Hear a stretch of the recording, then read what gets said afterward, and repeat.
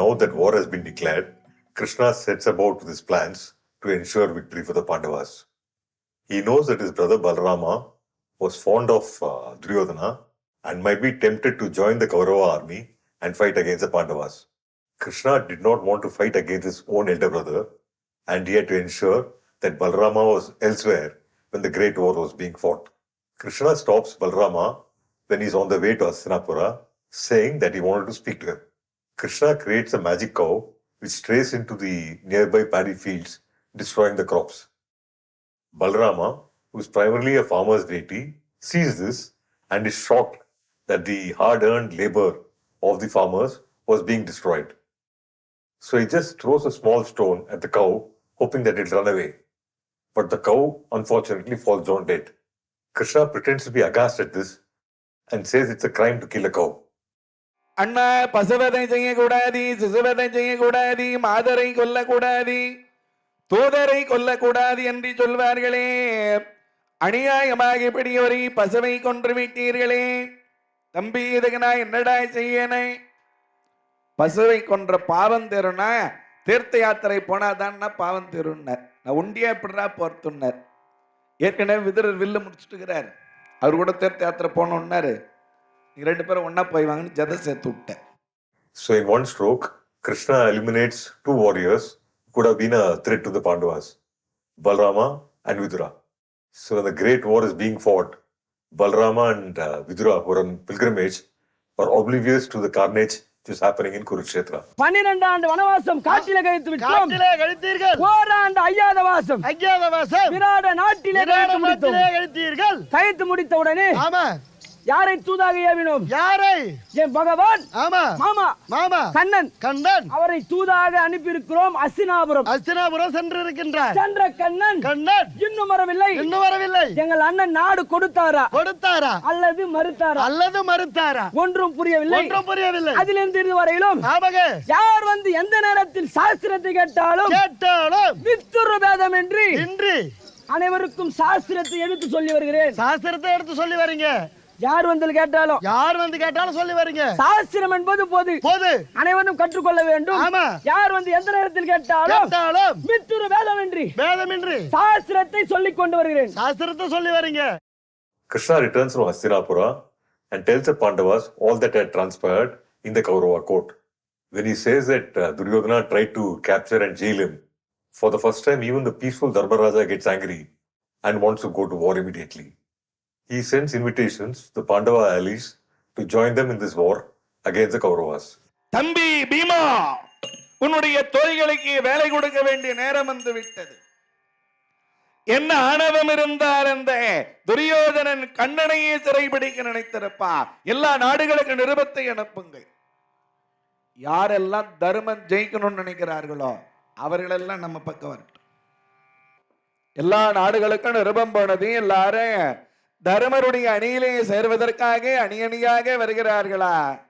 Shalya, the king of Madra kingdom and the maternal uncle of the Pandavas, is on his way to join the army of Dharmaraja against the Kauravas. Salliyan ஒரக்குரணி சேனைகளோடு வந்து கொண்டிருக்கிறான். அவன் சாமானியம் இல்லாத மிகப்பெரிய வீரன். அவனை எப்படியாவது நம்ம அணியில சேர்த்துக்கணும்டான்னா அது எப்படியும் அம்மா முடியும். அவன் பாண்டவர்களுக்கு தாய் மாமன். உங்களை போய் நீங்க பாண்டவர் பக்கம் போனா நீங்க போவீங்களா? அது மாதிரி தானே அவன் ஒன்னா. மருமகனே, சூழ்ச்சி செய்தால் ஆகாதது ஒன்று இல்லைடா. Shakuni schemes to get Shalya on the Kaurava side, and he asks Duryodhana put up a free eatery on the path of Shalya's army. எல்லாம் பசியோட வந்து நிற்கிறாங்க சேனைகள். அவர்கள் வருகிற வழியிலே ஒரு போஜன சாலையை உண்டு செய், எல்லாரும் போய் சாப்பிடட்ட. சேனைகள் எல்லாம் சாப்பிட்ட பிறகு, சல்லியனும் சாப்பிட்ட பிறகு நீ போய் அவன் காலில் விடு. The eatery is also mischievously named as though it was put up by Dharmaraja, and Shalya's army dines there. Duryodhana falls in Shalya's feet after the army has had dinner, and Shalya realizes that he has been tricked. எல்லாரும் சாப்பிட்டார்கள். சாப்பிட்ட பிறகு துரியோதனம் போய் சகுனி மாமான்னு சல்லியன் காலில் விழுந்தான். துரியோதனா, நீ எங்கடா வந்தனர்? இந்த போஜனசாலையை எந்த மாமான்னா வெளியில தர்ம போஜனசாலைன்னு போர்டு வச்சிருக்குதேடான்னாரு. தர்ம போஜனசாலைன்னு போட சொன்னேன், யாரோ சேர்த்துட்டு இருக்கிறாங்கன்றான். தர்மர் போஜனசாலைன்னு எழுத்துட்டு இருக்கிறாங்க. துரியோதனா, உன் வீட்டு சாப்பாட்டியடா நான் சாப்பிட்டேன். அம்மா மாமா, உன் வீட்டு சாப்பாட்டை சாப்பிட்டுட்டு உன்னை நான் எதிர்க்க மாட்டேன் என்று அந்த சல்லியன் துரியோதனுடைய அணியிலேயே சேர்ந்து விடுகிறானா. Shalya with his army joins Duryodhana to fight against his own nephews. Shakuni wanting Shalya on Duryodhana's side has another reason which will be revealed in the 17th day of war. Dharmaraja is sad to lose the support of Shalya and his army, and he takes a promise from his maternal uncle Shalya. He says that one day in Karna's battle against Arjuna, Duryodhana would request Shalya to be Karna's charioteer. Dharmaraja asks Shalya to accept this, and being Karna's charioteer, also requests him to constantly undermine Karna's confidence in himself. Shalya hence becomes one of the causes of Karna's death.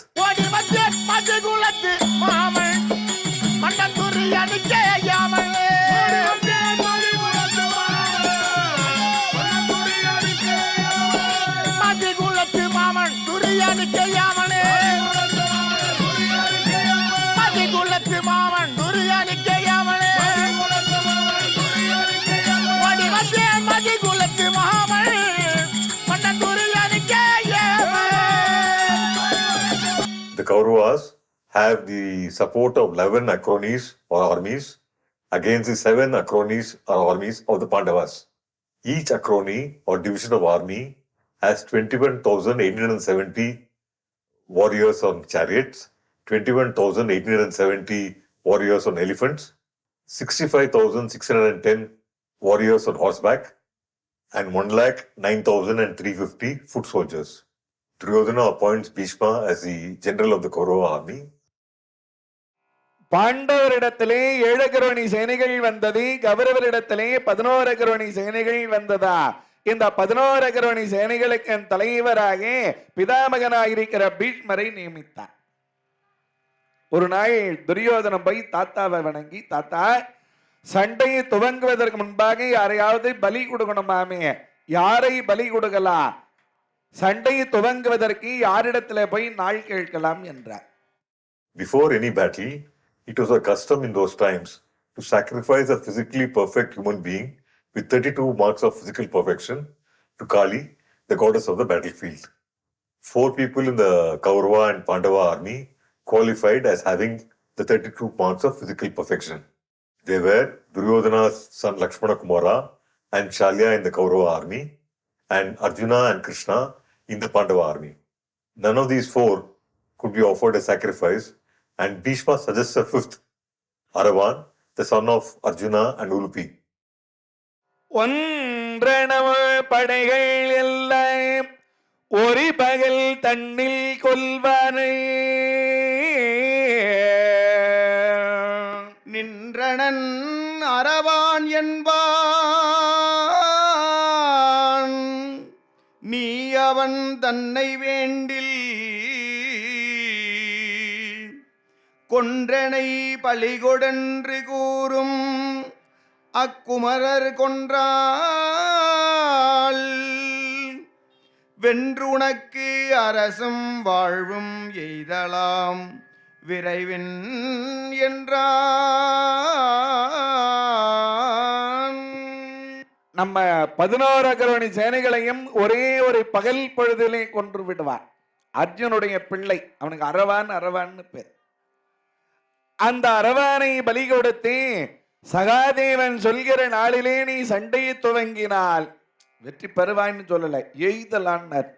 Bhishma asked Duryodhana to consult with Sahadeva, an expert astrologer, as to what would be the correct time to offer the sacrifice so that they could be victorious.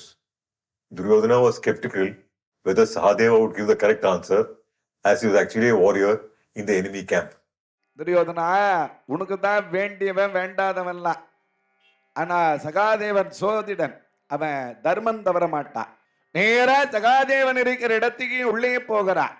சகாதேவா நடக்க இருக்கிற பாரத போரிலே அந்த தருமனுடைய தலை கீழே உருள வேண்டாம், எனக்கே வெற்றி கிடைக்க வேண்டாம், அதுக்கு நாள் பார்த்து சொல்லணும்னா சோதிடனானதுனாலே சாஸ்திரத்தை கட்டுப்பட்டு இந்த சகாதேவன் பார்த்தான்.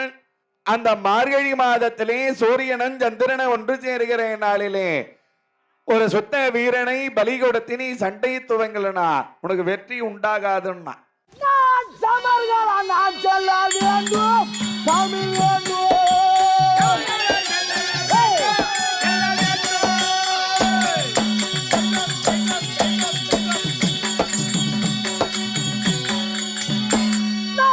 நான் சொல்ல வேண்டும் சாமி வேண்டும்.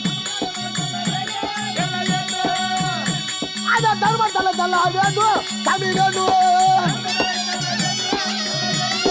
பிரியமாய் அழுவாய் பிரியமாய் ஓட்டுவேன், பிரியமாய் வர பிரியமாய் ஓட்டுவேன்.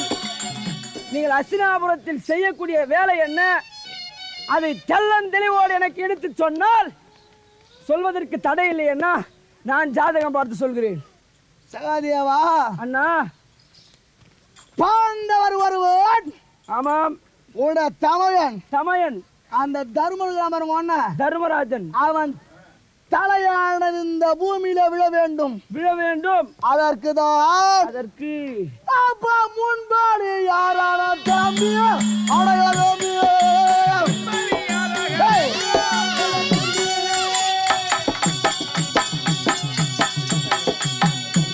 அப்பா முன்பாடு யாரான தம்பி அடைய தம்பி அப்பா நல்ல மகவே நல்ல நாராயணையும் அட நல்ல மகவே நல்ல நாராயணையும் அவ தகுமான சாஸ்திரம் பார்த்து நீ சொல்லவும், தகுமான சாஸ்திரம் பார்த்து நீ சொல்லவும். அவ முன்னாடி யாரோட தம்பி அடைய தம்பி. Though Sahadeva knows that what Duryodhana was asking would lead to the destruction of the Pandavas, Sahadeva, being true to his knowledge, gives Duryodhana the correct answer as to the right time to offer the sacrifice. In the Bharatam renditions, it is Bhishma who suggests Aravan as the right sacrifice. But in Kuthu, Sahadeva is the person who points Aravan out to Duryodhana. அமாவாசை தினம் கதிர்மதி ஒன்று கூடும் நாள் அன்றைய தினத்திலே வல்லபமான ஒரு நல்ல நரனை கொன்று அவனுடைய உதிரத்தை எடுத்து பாராகிய ருத்ரபூமியிலே இறைத்து யுத்தத்தை துவங்கினால் அவர் பக்கம் வெற்றி அப்படின்றார். அந்த பிள்ளை எப்படி இருக்கணும்? ஓர் தாய்க்கு ஒரு மகனாக இருக்க வேண்டும், எதிர்ரோமம் முளைத்தவனாக இருக்க வேண்டும், முன்கோபம் உள்ளவனாக இருக்க வேண்டும். அப்பேற்பட்ட ஒரு வல்லபமான நரனை கொண்டு வந்து நீ பலியூட்டினால் உன் பக்கம் வெற்றி அடையினான்னு சொல்றாரு சகாதேவன் துரியோதன மகாராஜாவுக்கு. சரி, அந்த வல்லபமான நரன் எங்கே இருக்கிறான் அதுவும் நீயே சொல்லு. இருக்கின்றான் அண்ணா, ஐயோ அண்ணா, அண்ணா, இருக்கின்றான் அண்ணா, நகலோகத்தினில் நககன்னி மகன் இருக்கின்றான் அண்ணா.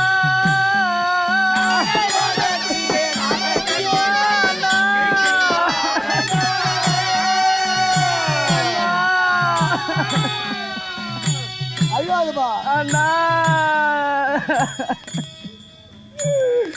அவன் யார், எங்க இருக்கிறான் என்று கேட்கிறீர்களே?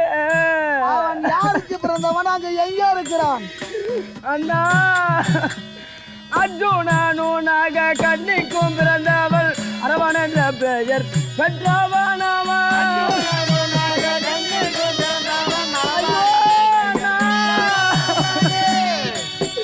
அர்ஜுனனாக கண்ணிக்கும் பிறந்தவன் அரவன் என்ற பெயர் பெற்றவனவன்.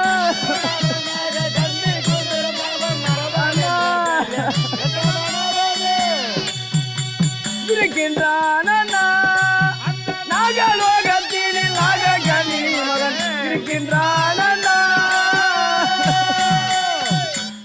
சந்திரகூல பூபன் வந்தேன் தனஞ்சயன் என்ற அப்பாலே அழவ பூபானும் வரே தீர பராக்கரமாக ஆரம் பல பலன அழகாய் பூஜங்கள் மின்ன ஆரம் பால பாலன அழகாய் பூஜங்கள் மின்ன அரவ பாலனும் வாரேன் திருவேகமாக.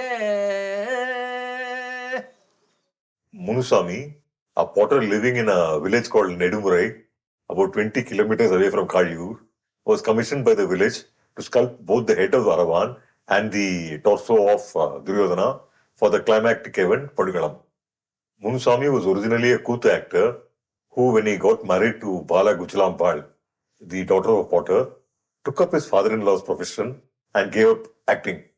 He is now a potter himself and he sculpts the idols for all these festivals. அங்கிருந்து நேரா நாகல் உலகத்துக்கு போனா இந்த அரவானை பார்த்தான். அரவானை வருகிற அமாவாசை என்று உன்னை நான் பலி கொடுக்க தீர்மானித்து விட்டேன், என் பலிக்கு நீ வந்து விட வேண்டும் என்றார். பெரியப்பா, நீங்கெல்லாம் வாழ்ந்து கட்டங்க, நாங்களாம் வாழ போறோங்க, என்னை வந்து பலிக்கு கூப்பிடுறியே. தந்தைக்கு செய்த கொடுமையெல்லாம் எனக்கு தெரியும், அதனால் அவரை அடித்து கொஞ்சம் இம்சை பண்ணுறார் அரவான். துரியோதன மகாராஜா அடிச்சு பண்ண சொல்லி, என் உயிரே போனாலும் சரி உன் பாதத்தில் தான் போகணும், ஆனால் இந்த நாடு நான் ஆளலாம், ஆகையால நீ எனக்கு கடவுளுக்கு வரணுன்றார். உன் ஜாதக பார்க்க நேரம் எப்படி இருப்பதென்று வந்த சிக்கலத்திலே என் தந்தை சிறிய தந்தை சகாதேவ மகாராஜன் தான் நல்லதோர் வேலையும் நல்லதோர் நாளையும் பார்த்து ஜாதகத்தை பார்த்து என் உயிர் போக போகிறது. நாளை வரும் அமாவாசை அன்று யார் அழைத்தாலும் அழைக்காமல் போனாலும் இரவு 9 நாழிகைக்கு என்னுடைய உயிர் பிரியம்படி இருக்கிறது. அப்படி பிரிந்துவிடும் சொன்ன என் தந்தையானவன் வீணாக போகும் உயிரை உன்னுடைய கடவுளுக்கு நான் வர வேண்டுமா தந்தையே? பிரியப்பாய், வருகிற அமாவாசை வரையிலே என் உடம்புல எந்த பின்னமும் இல்லாமல் இருந்தால் நான் பலிக்கு வருகிறேன் என்று ஒத்துக்கிட்டான். சரி, நான் தனிமையாக வந்து நானாக என் இஷ்டம் போல் சொல்ல முடியாது, நான் கடவுளுக்கு வரணும். என்னை பெற்ற தாய் இருக்கிறார்கள், அவர்களை கேட்டு ஒரு வார்த்தை, அதன் பிறகு வருகிறேன் உன் கடவுளுக்கின்றார். மாதா வந்தனோ அம்மா வந்தனோ அரவ பூபன் வந்தனோ இரவு பகல வந்தனோ அம்மா வந்தனோ தாயே வந்தனோ. பேசுவது ஏது அளவு கண்மணியே ராஜா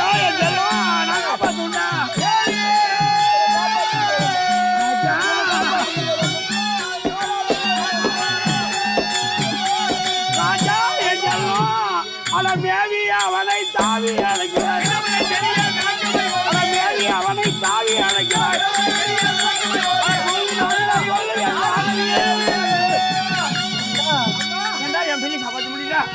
இரவிலும் பகலிலும் கண்ணாம் அழவா நந்தா முகுந்தா ஜனாத்தனா பாண்டவர் தகாயா பரந்தாமா வென்று எங்க அண்ணன் இருந்தா எங்க அண்ணன் உயிருக்கு பத்திரா, எங்க அண்ணன் உயிருக்கு பத்திரா. மகனே, நீ போகக்கூடாதுன்னு தாய் மயக்கமுற்ற நிலையில் இருக்கிறாங்க. ஒரு பிள்ளை ஒரு தாய் பள்ளிக்கு அனுப்ப முடியுமா? அனுப்ப முடியாது. ஆனால் தாய் விழுந்த உடனே மாழவனை துதிக்கிறார் அரவான். கண்ணபுரா, நீ தான் என்னை காக்க வேண்டும், அம்மாவுக்கு ஒரு நல்ல ஒரு மனநிலையை தரணும். Krishna then goes and meets Aravan and requests him to be the sacrifice to Kali on behalf of the Pandavas. But Aravan says that he has already promised Duryodhana that he will be his sacrificial offering on the forthcoming new moon day. பங்காளிகளுக்கு அக்கிரமமே குடிக்கொண்ட Duryodhanan ஜெயித்தால் உன் மனம் வெற்றி பெறுமா? 12 ஆண்டு காட்டிலேயும் ஓராண்டு நாட்டிலேயும் தாயாது செய்த கொடுமையினால் வனவாசத்தில் இருந்தார்களே, உன் தந்தைமார்கள் வெற்றி பெற்றால் உன் மனம் சந்தோஷப்படுமா? என்ன மாமா விளையாட்டு? எங்களுக்கு எதிரியாக பிறந்த நாள் முதல் கொண்டு வளர்ந்த நாள் முதல் கொண்டு எதிரியாக விளங்குகிறான் துரியோதனன். ஆமா, அவன் ஜெயித்தா எங்களுக்கு பெருமை, எங்க அப்பா ஜெயிச்சாதான் எங்களுக்கு பெருமை. எங்க அப்பா பாண்டவர்கள் ஜெயித்தால் உன் மனம் சந்தோஷப்படும். பாண்டவர்கள் ஜெயித்தாதான் என் மனம் சந்தோஷம். அப்ப நான் பாண்டவர் பக்கம் உன்னை களபலி கூப்பிடுறவா? அட போ மாமா, இதற்கு முன்பதாக வந்து அழைத்திருக்கிறோம். எதற்கு முன்பதாக? எனக்கு தெரியல. துரியோதனன் அழைப்பதற்கு முன்பதாக வந்து அழைத்திருந்தால் என் பெரிய தந்தைக்கு சிறிய தந்தைக்கு வந்திருப்பேன் சொல்லியிருப்பேன். அதனால வாக்கு கொடுத்துட்டேன். சொன்ன வார்த்தை பேச முடியாது. மாத்தி பேச முடியாது. சரி சொன்ன வார்த்தை நீ மறுத்து பேசவே வேணாம். மாத்தி பேச மாட்டேன். நீ சொன்ன வார்த்தை என்னவோ? He also says that he had only promised Duryodhana that he'll be the sacrifice if there were no physical imperfections on his body before the new moon day.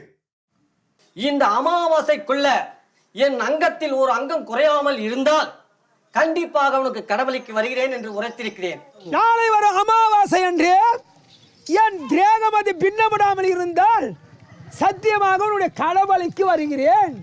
Krishna tells Aravan that he'll not be breaking his promise to Duryodhana as the Pandavas will be sacrificing him one day earlier. நாளைய வரும் அமாவாசைக்கு வருகிறேன் என்று சத்தியம் செஞ்சுட்டேன். வருகிறேன் வாக்குறுதி கொடுத்துட்டேன் இல்லையா? ஆமா. நான் இன்னைக்கு அமாவாசை கூப்பிடுறேன். வா ஓய். மாமா மாமா நான் விளையாட்டா உனக்கு பூனை குருமான்றேன். இல்ல உனக்கு பூனை குருமா எப்பவுமே உன்னை விட்டு போவாதுன்னு நினைக்கிறேன். ஏன்? நாளை தானே அமாவாசை. நான் இன்னைக்குன்னு சொல்றேனே. வா. அது எப்படி இன்று அமாவாசை வரும்? ஏன் வராது? வராது. அமாவாசை இன்று என்று நிரூபித்தால், அமாவாசை இன்று என்று நிரூபித்தால் என் தந்தைமார்களுக்கு கடவுளுக்கு நான் வருகிறேன். In Indian traditions, people offer prayers to their departed ancestors on a Amavasai or new moon day, and Sahadeva has suggested an auspicious new moon day for Duryodhana to offer Aravan as a sacrifice. Krishna whimsically chooses to perform this ritual to the ancestors on the day before the new moon or Amavasai. அமாவாசைக்கு முன்னாள் சதுர்த்தசி அன்றே அமாவாசையாக மனசிலே பாவனை செய்து கொண்டு தர்ப்பணமெல்லாம் கொடுக்க ஆரம்பிச்சுட்டார். Surya and Chandra, the sun and moon gods, are surprised to see Krishna perform this ritual the day before the actual new moon. So they come down to earth to inform Krishna that he has got the date of the new moon wrong and he should perform the ritual the next day. சூரியனும் சந்திரனை இறங்கி வந்து கண்ணனை வணங்கினார்கள். கண்ணா நாளைதானே அமாவாசை, ஏன் இன்னைக்கே நீங்க தர்ப்பணம் எல்லாம் கொடுக்குறீங்கன்னா? அமாவாசைன்னா என்ன பண்ணார்? இந்த கிரகத்திலே சூரியன் யானும் சந்திரன் யானும் ஒருவருக்கொருவர் ஒருவர் முகத்தை பார்த்து ஒருவருக்கொருவர் நாட்டு மக்களுக்கு காட்சி கொடுக்கும் நாள் அமாவாசை. புரிந்து விட்டதா? கையை இப்படி தூக்கையா. ஒரே கிரகத்திலே ஆமா அப்படி திரும்பி பாருங்க ஒண்ணு. ஒருவர் ஒருவர் முகத்தை பார்த்து ஆமா நாட்டு மக்களுக்கு காட்சி கொடுக்கும் அந்த நேரம் அமாவாசை. ஆமாம், புரிந்து விட்டதா? அப்படின்னா இப்ப எப்படி வந்துக்கிறீங்கன்னு கேட்டேன். அவர்களே அறியாம ரெண்டு பேரும் ஒன்னா சேர்ந்துட்டா. இப்ப நீங்க ரெண்டு பேரும் ஒரே கிரகத்திலே ஒரே நிலையாக நின்று ஆமா ஒருவர் அப்படி பாருங்க. நான் ஒருவர் முகத்தை பார்த்து நாட்டு மக்களுக்கு காட்சி கொடுக்கிறீங்களே. ஆமா. அப்ப இன்னைக்கு தான் அமாவாசை. தம்பி சந்திரா, மதி மோசம் போனோமே மாயகிரிசராலே, மதி மோசம் போனோமே மாயகிரிசராலே.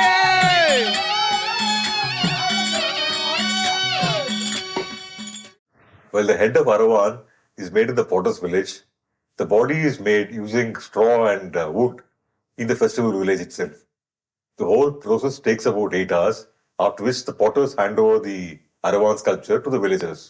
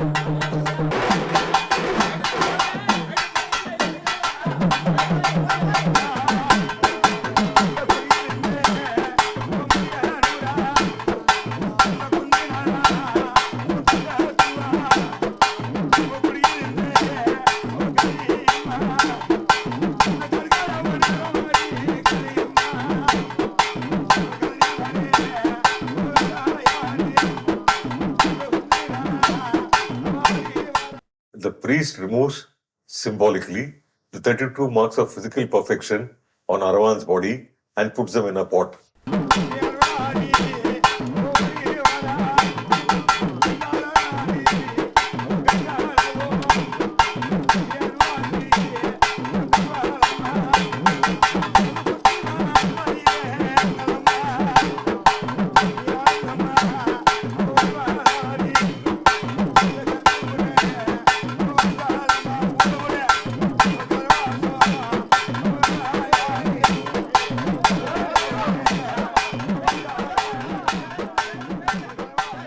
While the narrative of Aravan under various names is a pan-Indian narrative, the narrative of Aravan being the sacrifice to Kali in the Great War is only found in Tamil renditions of the Mahabharata. Aravan in these renditions had no problem being the human sacrifice, but he had 3 conditions to make. First, he did not want to die as a bachelor. Second, he wanted to watch the Great War even after he was sacrificed. And third, being a warrior himself, he wanted to at least fight one day in the war. Krishna agreed to all of Aravan's conditions. என்ன மகாபாரத யுத்தத்திலே 18 நாட்கள் வரைக்கும் எனக்கு நான் என் உயிர் போகக்கூடாது. சரி கடக்கன் பார்வை எனக்கு தேவை. மருகா அக்கிரமமே குடிகொண்ட துரியோதன் வெற்றி பெறுகிறானா? ஆமா ஆமா. இல்லை தர்மமே ஜெயம் கொண்ட தர்மராஜா வெற்றி பெறுகிறாரா? யார் மணிமணி சூட்டி இந்த நாட்டை ஆளப் போகிறார் என்பதை பார்ப்பதற்காக கடக்கன் பார்வை தேவை. என்னுடைய நல்லாசியினால் இந்த 18 நாள் சண்டை முடியும் வரை உனக்கு குருச்சேத்திர பூமியிலே யார் யார் என்னென்ன செய்கிறார்கள், யார் யாரை மடிக்கிறார்கள், எத்தனை பேரை மாய்க்கிறார்கள் என்று பார்ப்பதற்காக கடக்கன் என் உயிர் போகக்கூடாது. நான் கடைக்கண் பார்வை தருகிறேன். குருச்சேத்திர பூமியிலே நீயாக அமர்ந்து என்னுடைய அங்கங்களை சிதைத்து நீயா அறுத்து கொண்டு உதிரத்தை எடுத்து ருத்ர பூமியில இறக்கிறோம். அப்படி ஆகட்டும். ஆகட்டும்.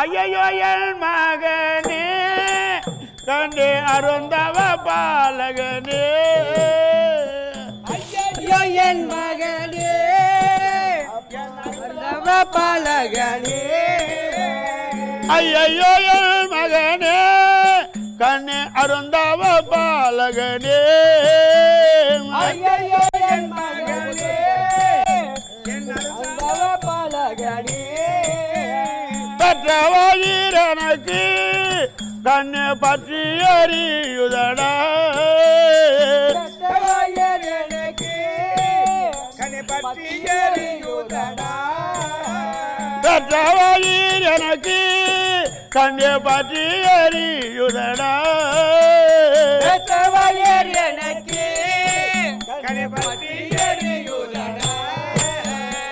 ஐயோ என் மகனே ஐயோ என் மகனே அருந்தவ பாலகனே,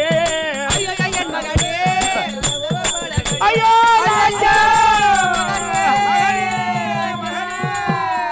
தவமாய் தவமீருந்தேண்டா கண்ணே 300 நாள் சுமந்தேண்டா,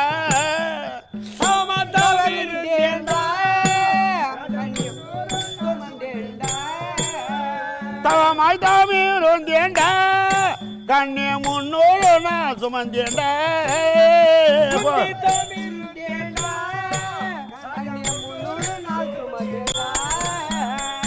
முந்தி தவம் இருந்தேண்டா கண்ண 300 நாள் சுமந்தேண்டா,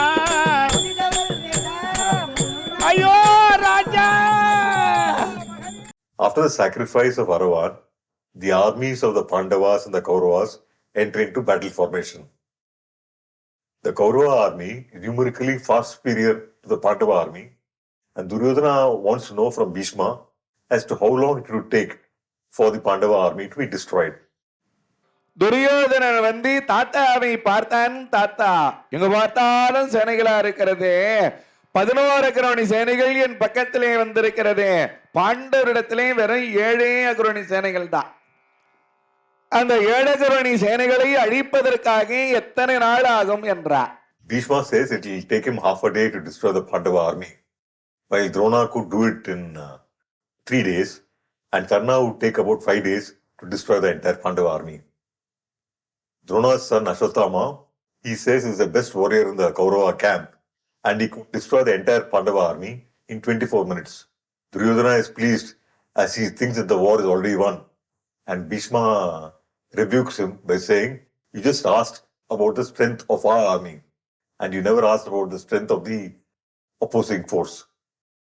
Bhishma then speaks about the strength of the Pandava army, and Duryodhana is dispirited.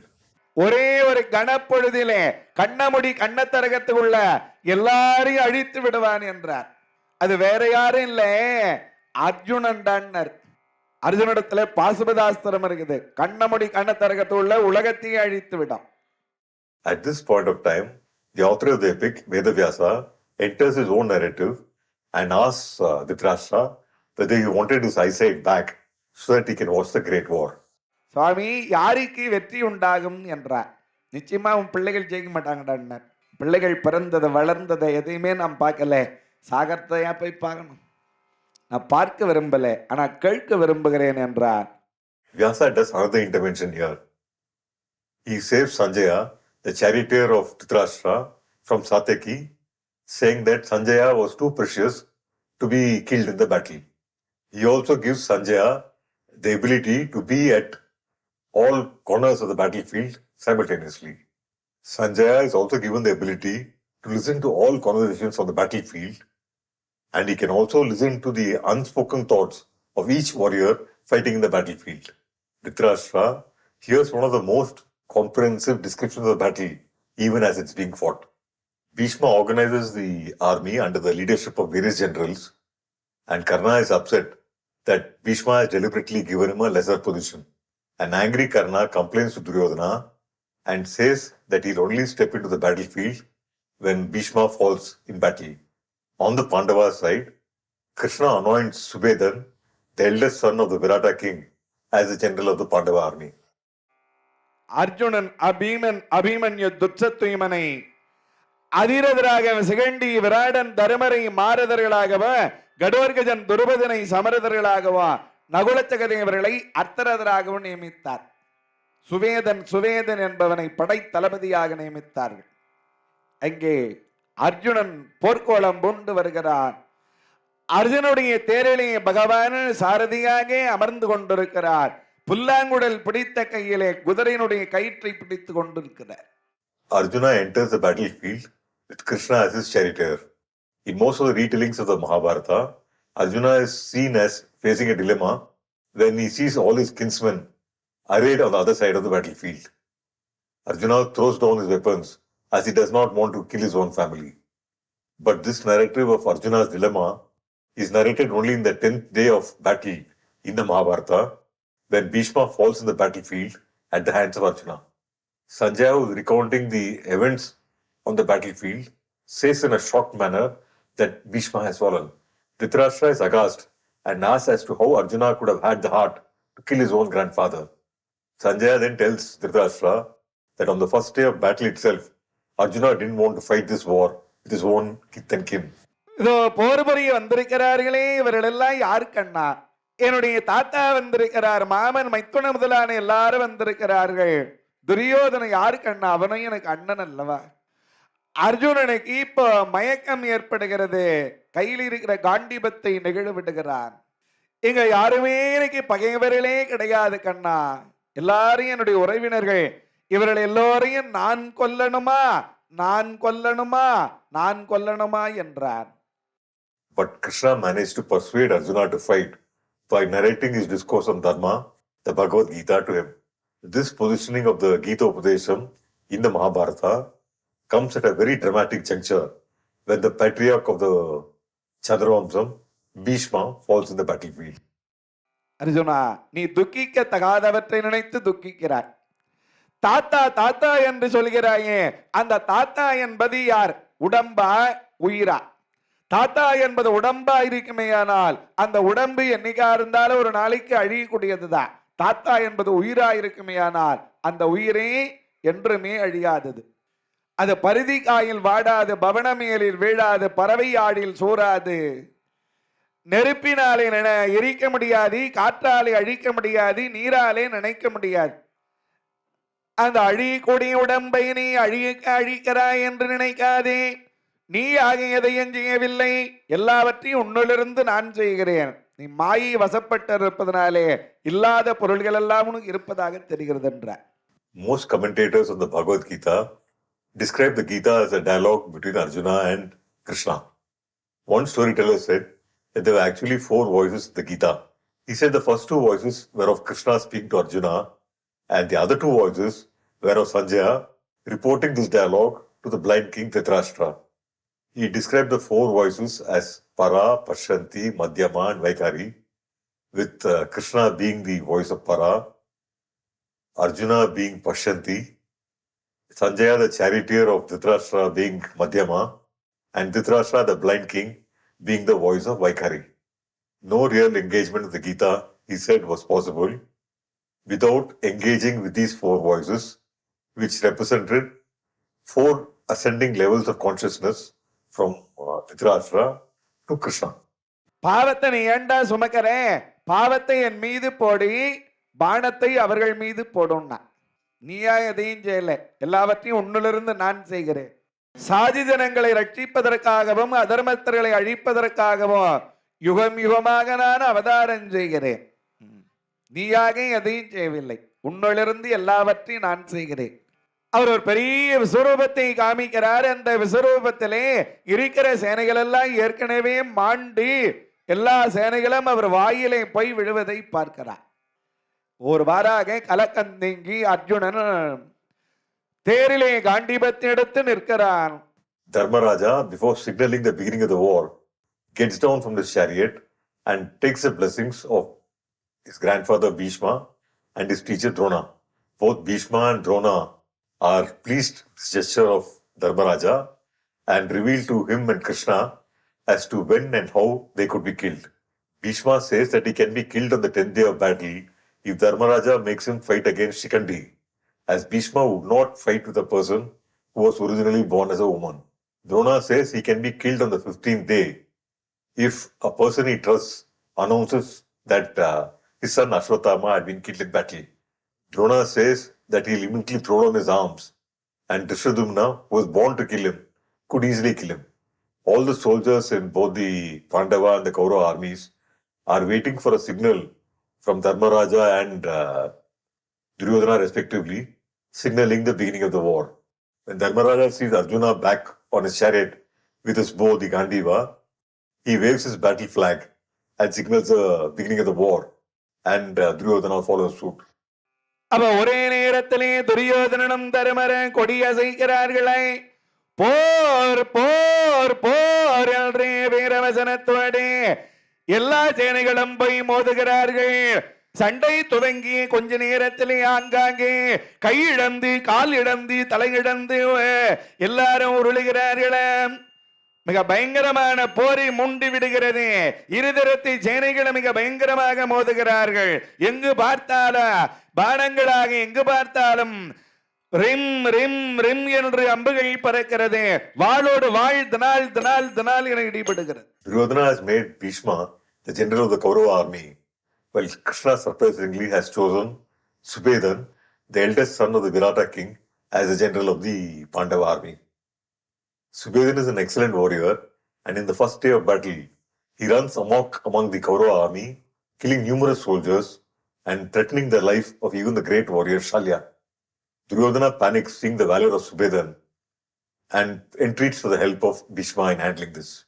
Bhishma enters into a single combat with Subedhan, and a furious battle begins between them.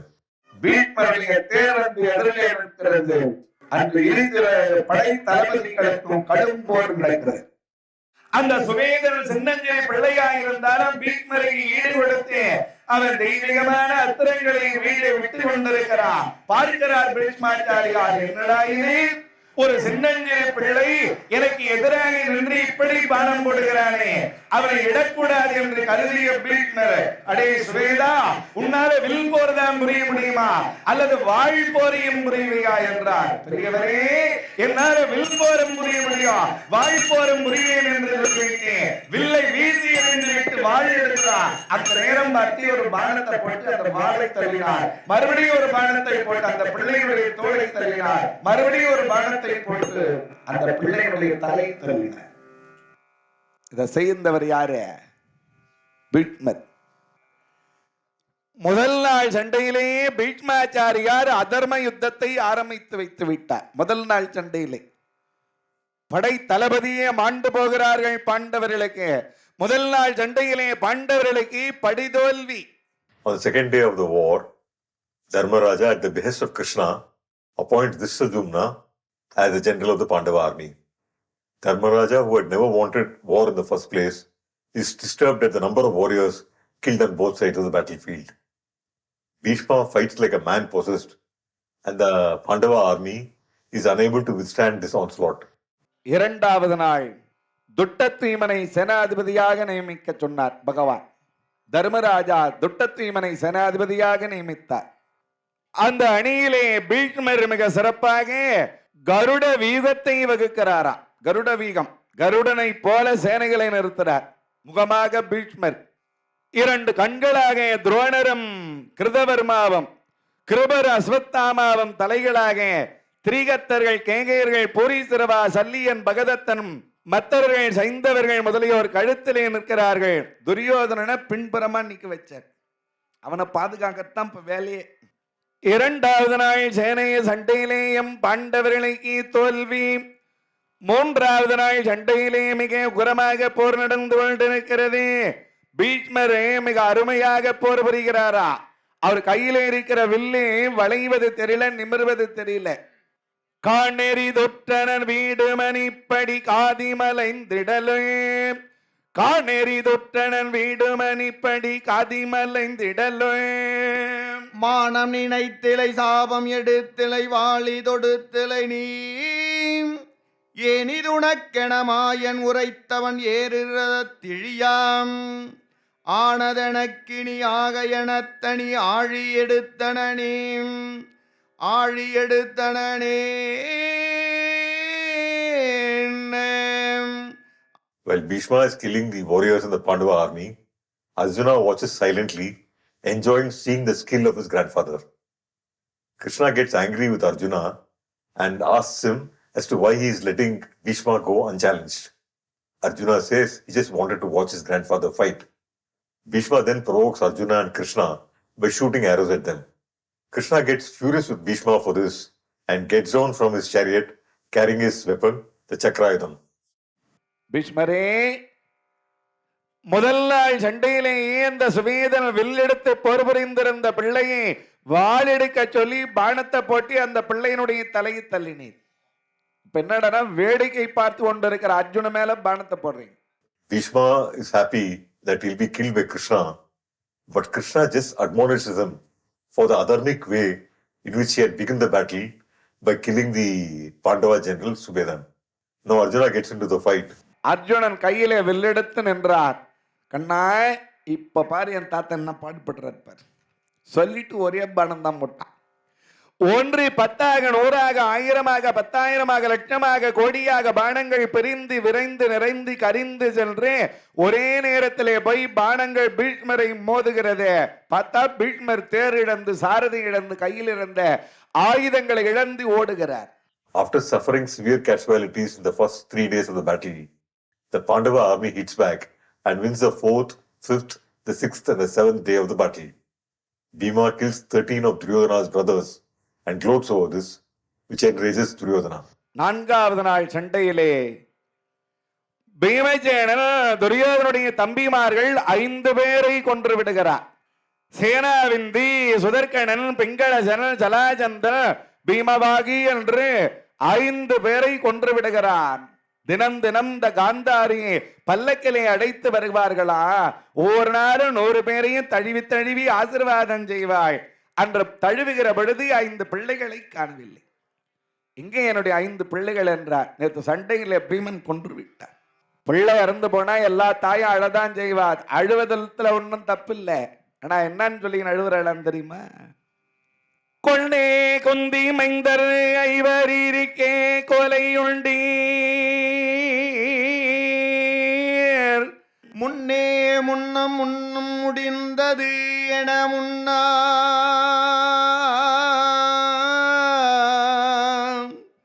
மின்னே என்னமை குலையா மண்மிசை வீழ்ந்தால் என்னே என்னே என்றினையா நின்றென் செய்தால் ஐயோ என்னுடைய 100 பிள்ளைகளில் 5 பேரும் ஆண்டு போனார்களே. ஆனா அந்த குந்தி பெத்த 5 பேரும் அப்படியே இருக்கிறாங்களே. அந்த குந்தி பெத்த 5 பேரும் அப்படியே இருக்கிறாங்களே. இந்த எண்ணம் தான் காந்தாரியை கெடுத்தது. 8வது நாள் சண்டையிலே துரியோதனுடைய தம்பிமார்கள் 8 பேரை பீமன் கொண்டுறான். அந்த 13 பேரை கொன்று விட்டு Bheeman ஆர்ப்பரிக்கிறான். On the 8th day of the battle, Aravan, according to the boon he had been given by Krishna, gets to fight for 1.5 hours in the battle. In the Kunthu edition of this play, it is Krishna who plots the death of the Pandava warrior Aravan at the hands of Alambasuran. Alambasuran, of course, was the brother of Bakasura, a demon killed by Bhima earlier in the narrative. Aravan என்ன பண்ணுறான்? அன்றைக்கி ஓராக்ரோனி சேனைகளை மடிக்கிறார். 8ஆம் நாள் சண்டையில் பகவான் கொடுத்த மாதிரி அவருக்கு 8ஆம் நாள் சேனாதிபட்டத்தை வழங்குறார். அவருக்கு அந்த கொடுத்தும்போது ஓராக்ரோனி சேனைகளை மடிச்சிட்டார். தம்பிமார்கள் 8 பேர் மடிஞ்சாங்க. இதெல்லாம் யார்? இதுக்கு அவரை வெல்றதுக்கு சாமர்த்தியம் யார் இருக்குதுன்னா, சிக்கு சக்கர வனத்திலே வசித்து வந்த பகாசுரனுடைய தம்பி அலம்பயாசுரனை இதற்கு ஏற்றோன்றார். சரி, அவர் கூப்பிட்றாரு. இவர் கூப்பிட்டு எனக்கு நீ உதவி செய்யணுன்றார் துரியோதன மகாராஜா. அவர் வரார். என்ன செய்யணுன்றார்? அரவானை நீங்கள் மடிக்கணும் அப்படின்றார். சரி நானே போகிறேன் யுத்தத்திற்குன்னு போகிறார். போய் சண்டை போடும்போது பார்த்தா அரவானை ஜெயிக்க முடியல. அதுதான் பகவான் சொல்வார், எத்தனை முறை முயன்றும் தோல்வி. அதாவது அந்த கருட ரோகம் எடுக்கிறார். யார்? அலம்பயாசுரன். இவர் அரவான் இல்லையா? அவர் கருட ரோகம். அப்பொழுது அவனுடைய சிறகுகளை வெட்டி இழுக்கிறார். வெட்டி இழுக்கும் போது என்னால் இவரை கொல்லணும்னு பார்க்குறேன், என்னால் முடியலையே அப்படின்னு வேதனை அடைகிறார். அந்நேரத்துக்கு பகவான் தோன்றார். இது நல்ல சமயம் ஐயா அரவானை கொல்ல, இது நல்ல சமயம் ஐயா அப்படின்னு பாடிக்கின்னு வர்றார். வந்த பூமி பாரத்தை ஒழிக்க வழியும் இல்லை, மாற்ற வழியும் இல்லை, இந்த அரவானாலே இருக்கும் பஞ்சவர் சேனை, இது நல்ல சமயம் ஐயா. இந்த அரவானை விட்டு வைத்திருந்தால் அன்று நாம் வைத்த சபதம் பொய்த்து போய்விடும். பாண்டவர்கள் காக்கிறோம் நாம் சொன்ன சபதம் பொய்யாயிடும். இருதரத்தில் உள்ள சேனைகள் மாண்டு விடுவார்கள். The Kuthu gives an interesting reason as to why Aravan had to be killed. And this reason is found in all the versions of Aravan's story found all across the country. Aravan or Barbarika had made a promise to his mother that he would always fight for the underdog against a mightier foe. But as Aravan was a great warrior, he would decimate the mightier army, making it the weaker force in the equation. Now he would be honor bound to fight for the other army, which had now become weaker. So the promise that he had made to his mother would make him constantly shift sides in the battle till he was the only warrior left alive. This is why Krishna had to see that Aravan did not fight too long in the war. Aravan என்ன பண்ணுவோம்? மறுமுறை இவர் யுத்தத்திற்கு போகும்போது அலம்பயாசுரன் அந்த கருட ரூபம் எடுத்து போகும்போது, கேவலம் இரு சிறைகளும் கிடையாது, நீயா என்ன போய் வெற்றி பெற போற அப்படின்னு என்ன பண்ணுறாரு? அவர் கரவாளை தூக்கி போடுறார் அரவான். உடனே பகவானுடைய சூழ்ச்சி ஆகாயவாணி சொன்ன உடனே அவனுடைய கரவாலை எடுத்து கொன்றால் அரவானை சுலமாக வெற்றி பெறலாம் எடுத்து தட்டிடு. அந்த அரவானை அந்த 8ஆம் நாள் சண்டையில் மடிக்கிறாங்க. என்னுடைய உயிர் பிரிந்தாலும் கூட கடைக்கண் பார்ப்போம் உயிரும் எனக்கு தேவைன்னு அன்னைக்கு கேட்டார் பார். அதை பகவான் அந்த 18 நாள் வரையிலும் அந்த கடைக்கண் பார்வை கொடுத்துருக்கிறார். அதுதான் அந்த அரவாந்தால மட்டும் செய்து கொண்டாந்து வைக்கிறாங்க. One of the interesting features of this festival is the constant contestations of truth by both the storytellers and the Kuthu actors as to who was narrating the original Mahabharata. Sometimes these contestations could be strident, sometimes it would be subdued. While narrating the events of the 8th day of battle, the storyteller made a sarcastic observation that in Kuthu, Duryodhana is only seen to be weeping once he has lost all his brothers and his entire army on the 18th day of the war. He says that in the Mahabharata, Duryodhana weeps when 13 of his brothers are killed by Bhima, and he complains to Bhishma. Bhishma sarcastically asks him as to whether he was mourning only the 13 of his brothers who were killed, or was he mourning all the Kaurava warriors who had lost their lives in the battle. Bhishma also says that it's not too late to call off the war, and asks Duryodhana whether he should speak to Dharmaraja and put an end to the war. An angry Duryodhana obviously refuses. Now the war has reached the 10th day, and the day on which Bhishma said that he could be killed has been reached. 10வது நாள் பீஷ்மர் மிக உக்கிரமாக போர் புரிகிறாரா. அவரை கையிலே வில்லை எடுத்து வளைத்து விடுகிற கணைகள் எல்லாம் ஒருவரை விடாமல் அழிக்கிறதா. பகவான் பார்த்தார், அர்ஜுனா இன்று உன் தாத்தாவை விடாதேடா. அவர் நினைத்தாருன்னா இந்த ஒரு நாள்லயே உன் சேனைகளை எல்லாம் அழிச்சிடுவார். அவர் எங்கு போனாலும் பின்னாடியே துரத்துகிறான் அர்ஜுனன். அவரை விடவே இல்லை. அர்ஜுனன் மட்டும்தான் அவரை எதிர்த்து நின்று போர் புரிய முடிகிறது. Bhishma has also been given a boon by his father Shantanu that no person would be able to kill him, and death would come to Bhishma only when he wishes for it. Bhishma had already told Krishna and Dharmaraja that he could be killed on the 10th day if he was made to fight Shikandi, who was neither man nor woman. Now Krishna has summoned Shikandi to fight with Bhishma. ஆணுமல்லாமல் பெண்ணுமல்லாமல் இருக்கிற அந்த சிகண்டியை கொண்டு வந்து அர்ஜுனுடைய தேரிலே நிற்க வைத்தார்கள். அந்த ஆணுமல்லாமல் பெண்ணுமல்லாமல் இருக்கிற அந்த அலி வடிவத்தை பார்த்த உடனே கையில் இருக்கிற வில்லை வீசி எறிந்து விட்டு அப்படியே யோக நிலையில நிற்கிறார் பீஷ்மர். Both Shikandi and Arjuna shoot at the defenseless Bhishma. Bhishma is able to differentiate the arrows shot by Shikandi at him and those shot by Arjuna, and he is pleased whenever Arjuna's arrows hit him. Finally falls felled by the volley of arrows shot by Arjuna. Both the Kauravas and the Pandavas stop the war and rush towards their grandfather. Everybody, including Duryodhana, is in tears. The arrows fired at Bhishma have drained his body of blood, and Bhishma declares that he is thirsty. Duryodhana sends Dushasana to get some water. Duryodhana, நீ கொண்டு வருகிற தீர்த்தம் எனக்கு உதவாது. எவன் என்னை அடித்தானோ அவனே எனக்கு தீர்த்தம் தரட்டும் என்றார். வில்லை வளைத்து பூமியை நோக்கி ஒரு பானம் போட்டான். அது பூமியை ஆக்கர் போட்டு தொலைத்து சென்று பாதாள கங்கை கொண்டு வந்து இவருடைய வாய்க்கு நேராக விடுகிறதா. இதற்கிடையிலே இந்த உடம்புல இருக்கிற அம்பெல்லாம் புடுங்கிறதுக்கு ஆளு கொண்டு வந்துட்டான். என்ன அம்பு பிடுங்க வேண்டாம், எனக்கு படுக்கை வேண்டும், படுக்கை வேண்டும்னார். எவன் என்னை அடித்தான் அவனே எனக்கு படுக்கை தரட்டும் என்றார். சரசயனத்தை உண்டாக்கினார். இங்கெல்லாம் பானங்கள் இருக்கிறதோ அங்கெல்லாம் தொலைகள் இருந்தது. அதுல தூக்கி இவரை கிடத்தினார். துரியோதனா, அர்ஜுனா, யாரும் எனக்காக அழாதீர்கள், யாரும் எனக்காக அழாதீர்கள். எப்பொழுது சாக மாட்டேன். தட்சிணாயனத்துல நான் உயிர் விட மாட்டேன். உத்தராயணத்தை எதிர்பார்த்து கொண்டிருக்கிறேன்.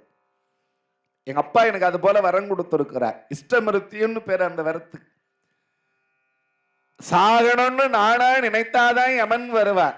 யாருக்கு வெற்றி யாருக்கு தோல்வி என்று தெரிந்த பிறகுதான் என்னுடைய உயிரை விடுவேன். எல்லாரும் போய் நீங்க ஓய்விடுங்கள், நாளைய சண்டைக்கு தயாராகுங்கள் என்றார்.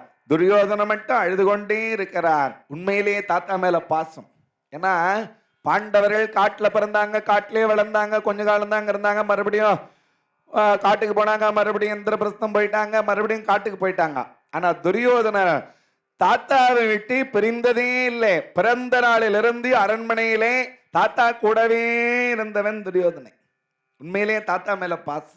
In the night, in the battlefield, Bhishma finds his feet drenched by tears and sees Karna silently weeping at his feet.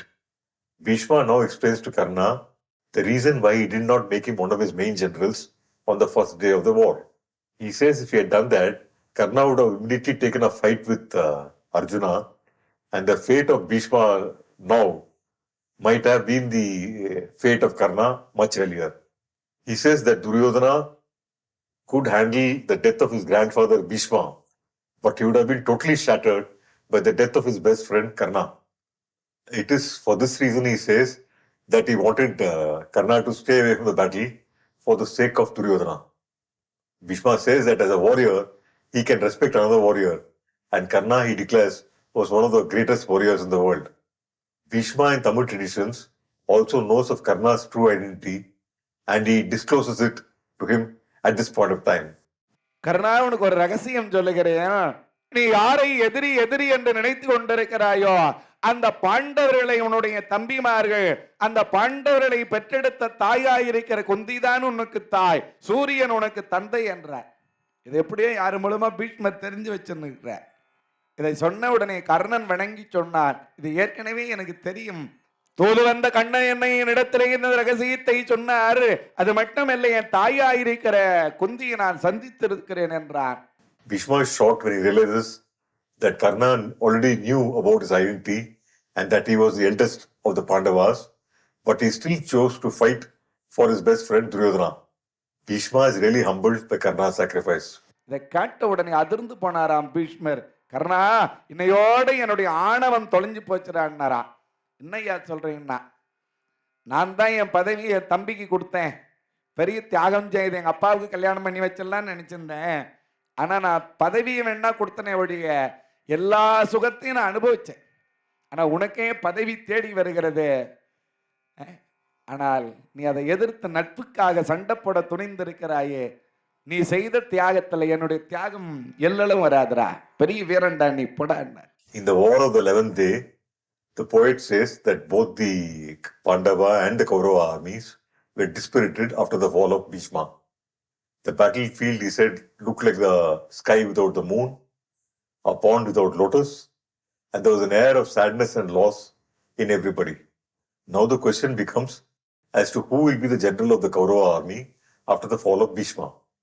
Just as Krishna had taken on the responsibility of appointing generals for the Pandavas, now Shakuni takes on that mantle for the Kauravas.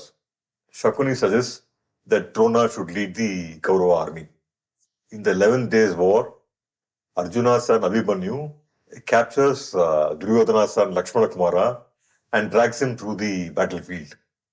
Lakshmana Kumara somehow escapes from Abhimanyu, but Duryodhana is humiliated at the insult done to his son. So he tells Drona that he wants Dharmaraja captured and dragged through the battlefield, just like his son had been done by Abhimanyu. 12வது நாள் தருமரை மையமாக வைத்து சேனையை வகுத்திருக்கிறான் துட்டத்துய்மன். Drona tries his best at capturing Dharmaraja, but he fails on the 12th day as both Bhima and Arjuna are constantly at Dharmaraja's side, thwarting all of Drona's attempts. Duryodhana is angry at Drona's failure. அன்று இரவு துரியோதனன் கேட்டான், ஏன் ஆசிரியரே தருமனை சிறைபிடிக்கவில்லை என்று. அர்ஜுனம் பீமனம் பக்கத்தில் இருக்கிற வரையிலே தருமனை என்னால சிறைபிடிக்க முடியாதுன்னா. நாராயண கோபாலர்கள் என்று சில பேர் வந்தார்கள். நாளைய சண்டையிலே பொழுது புலர்வதற்கு முன்பாகவே நாங்கள் பீமனை அர்ஜுனனையும் கூப்பிட்ட குரலுக்கு வர முடியாத தொலைவுக்கு அழிச்சுன்னு போயிடுறோம். அந்த நேரம் பார்த்து நீங்க எப்படியாவது தருமனை சிறைப்பிடிச்சிருக்கணும். 13வது நாள் காலை பொழுது புலர்ந்தவுடனே அவர்கள் வந்து அர்ஜுனனையும் பீமனும் வலிய சண்டைக்கு அழைக்கிறார்கள். வலிய வருகிற சண்டை விடக்கூடாது என்று அவர்களோடு குருட்சேத்திர பூமியிலிருந்து கூப்பிட்டால் வர முடியாத தொலைவுக்கு அழைச்சு போயிட்டாங்க. அர்ஜுனனும் பீமனும் கண்ணனும் பக்கத்திலே இல்லை என்ற தைரியத்திலே துரோணாச்சாரியார் சக்கர வியூகத்தை வகுத்தார். On the 13th day of battle, Drona ensures that both Bhima and Arjuna would be occupied elsewhere and would not be able to guard Dharmaraja. Now he sets his plans afoot to capture Dharmaraja. Drona arrays his army in the Chakravyuha formation, a formation extremely difficult to penetrate into, targeting Dharmaraja. Only 4 people knew how to break this formation, and they were Arjuna, Krishna, Ashwatthama, and Arjuna's son Abhimanyu. Well, Krishna, Arjuna, and Ashwatthama know how to break into the formation and also how to break out of it. Abhimanyu has learned only how to break into the formation.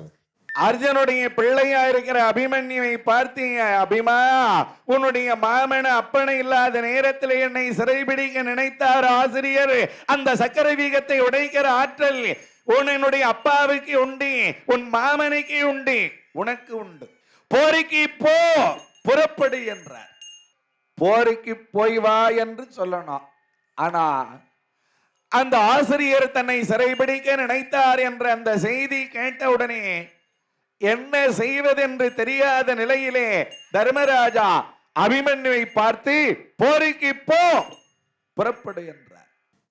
Abhimanyu breaks into the formation to protect Dharmaraja. நீண்ட நாளாக இந்த அபிமன்யுவுக்கு கௌரவ சேனைகளை போய் ஒரு கலக்கு கலகணும்னு ரொம்ப நாளா எண்ணம். போய் ஆரோக்கிய கடக கங்கணங்களை அணிந்து கொண்டா, வாழ்வில் போன்ற ஆயுதங்களை எடுத்து கொண்டா, போரிக்கு புறப்பட வருகிறார். புல்லுகையல் மார்புற அன்பொடிமை பொழுதில் செல்லுகையல் சமரத்திடை சென்று மிக பகையை கொள்ளுக என்றன நின் புயமேவரு கொற்றவை தன்னருளால்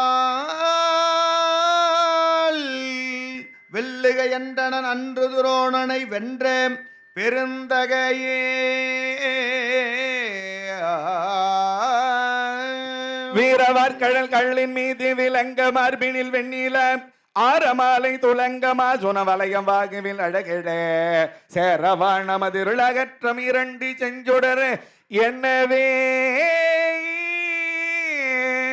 ஒரு சிங்க குட்டி ஒரு மதங்கொண்ட யானையை அடிக்க புறப்படுகிற மாதிரி அந்த Abhimanyu தேரேறி புறப்படுகிறானா.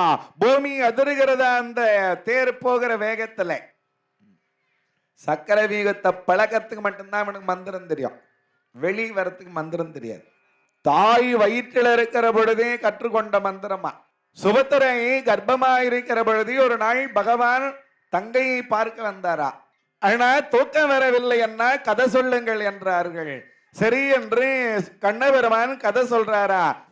Krishna narrated to her the story of the Mahabharata, starting from the birth of the three brothers, Dhritarashtra, Pandu and Vidura, and continuing up to the 12th day of the battle. Subhadra does not find the story interesting and falls asleep as Krishna is narrating it. But the child in her womb, to whom maybe Krishna is actually narrating the story, is listening to his uncle with great interest. Krishna continues his narration by describing what will happen on the 13th day of the battle. He says that Drona, who tried to capture Dharmaraja and arrange his army in the Chakravyuha formation, which only 4 people knew to break into. இந்த மந்திரம் சொன்னால் சக்கர வீகத்தை உடைக்கலாம் என்று மந்திர வீகத்தை உடைப்பதற்கான மந்திரத்தை சொன்னாரா. சக்கர வீகத்தை உடைப்பதற்கான மந்திரத்தை சொல்லி முடிக்கவா சுபத்திரை எழுந்திருக்கும் சரியான்ச்சா. Abhimanyu, even as an unborn child in the womb, is an avid learner and he quickly learns the mantra from Krishna. At this point, Subhadra awakens and apologizes to her brother for falling off to sleep and not listening to her brother's story. நான் கதை சொல்லினே இருந்தீங்கண்ணா, நான் எப்படியே தூங்கிட்டு இருக்கிறேன்னா, தூங்கினது தம்மான்ட்டு. அதோட அந்த பிள்ளையினுடைய ஆயுள் முடிகிறதா. இவனுக்கு உள்ள போதான் தெரியும், வெளியே வரத்துக்கு உண்டான மந்திரம் தெரியாது. அங்கே முதல் ஆரையிலே வில்லாசிரியராக இருக்கிற துரோணர் நிற்கிறார். அடே அபிமா, எங்கே போகிறாய் எனில் வில்லை வளைத்து ஒரு பானம் போட்டான். ஆசிரியரே வணக்கம்னு ஒரு கும்பிடு போடுது. After saluting his teacher Drona, Abhimanyu defeats him. He then defeats Drona's son Ashwatthama, Karna, Shalya, and other great warriors in the Kaurava camp before reaching the center of the formation. Single-handedly, he holds the entire Kaurava army at bay. சக்கரவீகத்தினுடைய மையத்திலே போய் நின்ற இந்த அபிமன்யுடைய தேரானது சுழன்று கொண்டிருக்கிறது. ஒரே நேரத்திலே எத்தனை பேர் வந்து பானத்தை வாரி அரைத்தாலும் சரி, எல்லாருடைய பானங்களையும் துகள் செய்கிறார். 1000 கோடி சேனைகளுக்கு மையத்திலே போய் நின்று கொண்டு போரி புரிந்து கொண்டிருக்கிறார். போரிக்கு போன பீமன் வெற்றியோட திரும்பி வந்தா. பார்த்தா தர்மர் பக்கத்துல நிக்க வச்சுட்டு போய் இந்த அபிமன்யுவை காணவில்லை. Bhima, returning after winning his battle, comes to Dharmaraja and is shocked by Abhimanyu's absence. He knows that Abhimanyu knew how to break into the Chakravyuha formation, but did not know how to break out of it. So immediately rushes in to save his nephew, but is deceitfully blocked by a Kaurava warrior, Jayadrathan. Abhimanyu சுத்த வீரன் எதிரிலே நின்று எத்தனை பேர் பானம் போட்டால் அவனை அழிக்க முடியாது. ஆனா கொடியவர்கள் அதர்மமா போர் புரிவார்களே. உட்காரவே இல்லை பீமா, அப்படியே கதை எடுத்து ஓடி வருகிறான். அதை பார்க்கிறான் அங்க இருக்கிற துரியோதனன். ஜெயத்ரத கொன்றை மாலை கொண்டு வந்து கீழே போட்டி அவனை தடுடா என்றார். புனிதமான சிவபெருமானுடைய ஜடாமுடியில இருக்கிற கொன்றை மாலை கொண்டு வந்து வீசினான். புனிதமான இந்த தெய்வத்துக்கு சமமான இந்த மாலை கொண்டு வந்து கீழே வீசினாயே, இதை நான் தாண்ட மாட்டேன். முடிந்தால் என் பிள்ளையோடு தர்மமான முறையில சண்டை போடுங்கடான்னு சொல்லிட்டு இப்படியே பின்னாடி திரும்பிட்டான். Abhimanyu fights valiantly inside the Chakrayugam and he kills Duryodhana's son Lakshmana Kumara. Duryodhana is shattered at the death of his only son and he wants Abhimanyu killed at all costs. கண்ணை திறக்கிறானா, களக்கண்ணீர் வடிக்கிறானாம் துரியோதனன். மகனே, யாருக்காகடா அந்த சண்டையை நான் துவங்கினேன்? உனக்கு பிறகு எனக்கு பிறகு நீ அல்லவா இந்த அவனை ஆட்சி செய்ய வேண்டும் என்று நான் நினைத்தேன். உன்னையே கொன்று விட்டானா அந்த பாவி என்று அழுகிறார். எல்லோரும் போய் ஆறுதல் சொல்லுகிறார்கள். நீங்க சொல்லுகிற ஆறுதல்லாம் எனக்கு வேண்டாம். என் மகன் தலையை தள்ளினான், அவன் தலையை தள்ளிவிட்டு வாருங்கள். Till now the Kaurava soldiers were following the hero's code that only one person will fight against another. But now, on Duryodhana's incitement, all of them attack Abhimanyu together. This was against all rules of warfare. இந்த பிள்ளை பார்த்தான். இத்தனை நேரமாக ஒவ்வொருவராக வந்தவர்கள் இப்ப ஒன்று சேர்ந்து வருகிறார்கள். அதர்ம போர் புரிய இருக்கிறார்கள். அவர்கள் நம்மை அழிப்பதற்கு முன்பாக அவர்களை நாம் அழித்து விட வேண்டும் என்ற இந்த பிள்ளை மும்பரமாக போர் புரிகிறான். அப்பொழுதுதான் கர்ணன் சற்றும் எதிர்பாராத விதமாக பின்புறமாக இருந்து ஒரு பானத்தை போட்டு அபிமன்யுடைய தேரை அழித்தார். In Kutu is a very dramatic scene where Abhimanyu loses his chariot, his bow, his hand, but he still continues to fight valiantly against the Kaurava army. தேர் போன நிலையிலேயும் கீழே இருந்து கொண்டு சுழன்றி சுழன்றி பானம் போடுகிற அந்த நேரத்திலே வில்லாசிரியரா இருக்கிற துரோணாச்சாரியார் மறுபடியும் ஒரு பானத்தை போட்டு பின்புறமாயிருந்து பானத்தை போட்டு அந்த வில் நாணை அறுத்தார். ஒரே ஒரு வில்லு தான் கொண்டு வந்தான். வில் நான் வீசி எறிந்தான். இரு கையாலை வாள் எடுத்து போர் புரிகிறார். அவர்கள் விடுகிற பானத்தையும் தள்ளுகிறான், எதிர்படுகிறவனுடைய தலைகளையும் தள்ளுகிறான். சில கணைகள் அவனை உராசுகிறது, அதை பொருட்படுத்தவில்லை. அந்த நேரத்தில் மறுபடியும் ஒரு பானத்தை போட்டு அந்த வாழ் பிடித்திருந்த ஒரு தோலை தள்ளினார். பிள்ளையினுடைய தோல் விழுந்த நிலையிலே உதரமாக விழுகிறது. அப்பொழுது அவன் மனம் தளராமல் கீழே குனிந்து உடைந்து கிடக்கிற அந்த சக்கரத்தை, தேர் சக்கரத்தை எடுத்து கண்ணபெருமான் சொன்ன மந்திரத்தை சொல்லி விடுகிறான். தேர் சக்கரம் அவனை சுற்றுகிறது. யாரும் கிட்டே நெருங்க முடியவில்லை. இன்னும் கொஞ்ச நேரத்தில் பொழுது அமர்ந்து விட்டால் அவனை அழிக்க முடியாது. யாரெங்கே? என் மைத்துனன் ஜெயத்ரதனை அழைத்து வாருங்கள் என்றார். Jayadrathan had obtained a magic mace from Shiva to kill Bhima, who had earlier humiliated him. Because of Abhimanyu's valor, he is forced to use the magic mace against Abhimanyu, and Abhimanyu in his death saves his uncle's life. Jayadratha, பீமனை அழிப்பதற்காக சிவபெருமானிடத்திலிருந்து கதை வாங்கி வந்தாயே, அந்த கதாயுதத்தை போட்டு இந்த அபிமன்யுடைய தலையை தள்ளுறான். அந்த ஜெயத்ரதன் மலை மாறி ஒரு கதை எடுத்து வருகிறான். இந்த பிள்ளை பார்க்கிறான். இந்த கதை தான் நம்ம கதையை முடிக்க போகிறதுன்னு நன்றாகவே தெரிகிறது. இந்த பிள்ளையும் ஒரு கதை எடுத்தான். அவர் ரெண்டு பேரும் ஒரே நேரத்திலே கதை வீசுகிறார்கள். இந்த பிள்ளை விட்ட கதையை அடித்து விட்டு அந்த ஜெயத்ரதன் போட்ட கதை வந்து இந்த பிள்ளையினுடைய மார்பிலே மோதியது. அந்த பிள்ளையினுடைய தலை சிதறி ஓடுகிறது. அந்த பிள்ளையினுடைய உடம்பில் இருந்து ஒரு ஜோதி எழுந்து வான் நோக்கி போனதா.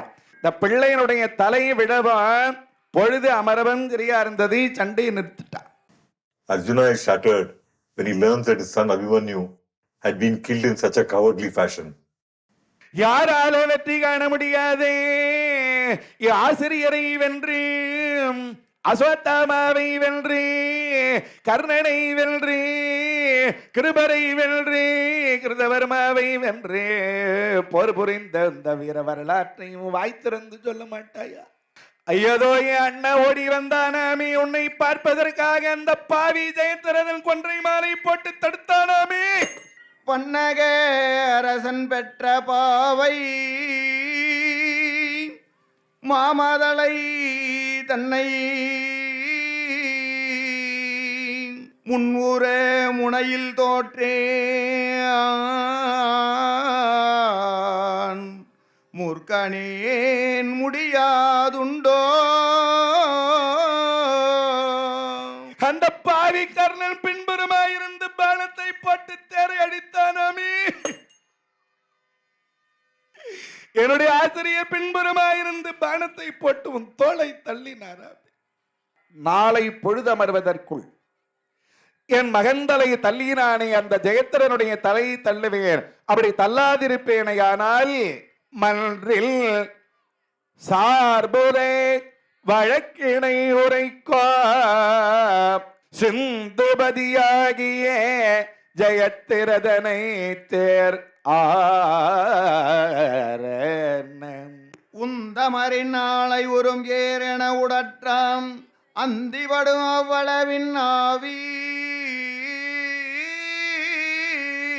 கவரேனில் வெந்தழலின் வீழ்வேன் இது வேத மொழி என்றான்.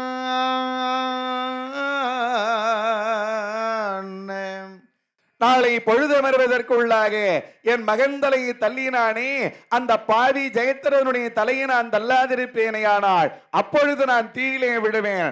அப்பொழுது எந்த சக்தியும் என்னை காப்பாற்ற முடியாது. நாளை என்னை சண்டையிலே வெற்றி பெற வேண்டுமேயானால் இரவோடு இரவாக கைலாயம் சென்று ஆயுதம் பெற்று வர வேண்டும் என்று அர்ஜுனனை பகவான் அடித்துக் கொண்டு கைலாயம் செல்லுகிறார்.